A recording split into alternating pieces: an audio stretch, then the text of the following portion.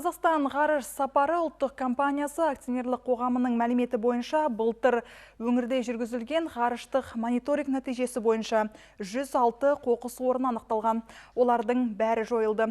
Бұл туралы өңірлік коммуникациялар қызметінде өткен брифингте Солтүстік Қазақстан облысы бойынша экология департаментінің 2024 жылды қорытындылаған есебінде айтылды.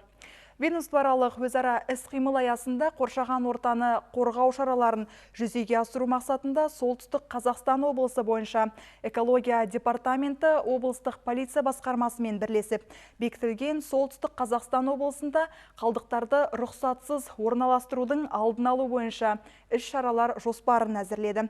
Былтыр ведомство 349 тексеріс жүргізіп, тексерулердің қорытындысы бойынша 279 заң бұзушылықты анықтады.